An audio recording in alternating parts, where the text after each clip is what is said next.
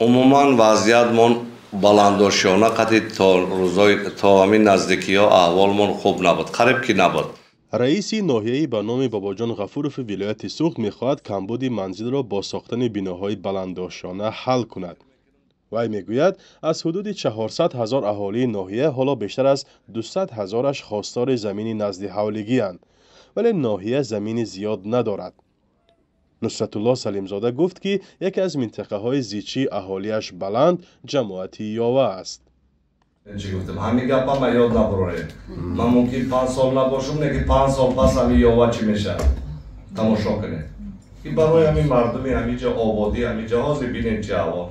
برای 1 متر آدم کشی 1 متر جا باور کنین اگر از یک بینو ببینین چقدر آدم صاحبی تمام شرایط میشه، چه آدم است بکنه برای سواب. برای این از جمله قرار شده است که شرکت تاجیک معاصر ساختمان در تقریبا 33 صدیک زمین جماعتی یاوه بینای نو سازد. برای این باید 7 حولی ویران کرده شود. رئیس ناحیه اقرار میکند که نقشه اعتراضهای زیادی را به وجود آورد. مراجعاتی های زیاد شدی، مثلا قطعی یکمش که همین 5 تا خانه که قدر مراجعات کردن تا اینا تلویزیون شما دام برآمداشان بود، همونا ما فکر میکنم پگر احمد میگن صاحب خانه های علایده یک نفرش 3 نفر برادر 3 نفر چند ساتیق ده 4 یا 6 ساتیق ده 6 ساتیق ده همونجا برادر یا ودا یگان پدرشان مردگی ولی وصیت میکنن دیگه حجت به حجت هر سه همین 6 ساتیق ده خانه کردگی.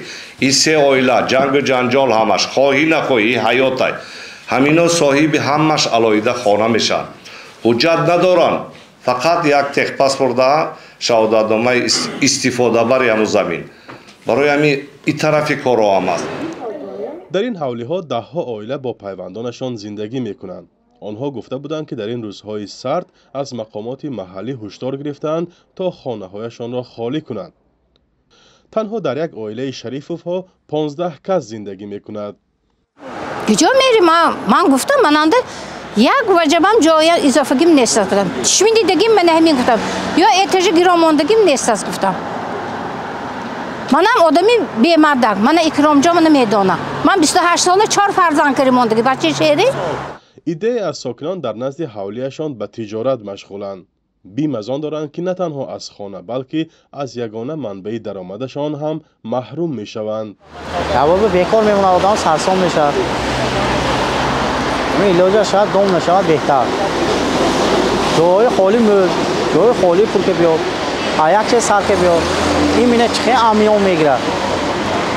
من وای طرف میایستد، این طرف میایستد، فقط واضح همین جو وایسته. حالا این بحث به دادگاه رفته است و جانب‌ها انتظار حلنامه آن هستند. کوشش بنیاد بناهای بلنداشانه در این منطقه در حالی است که لوله آب و تشناب ندارد و برقش محدود است. نظر بناکاران در این باره معلوم نیست.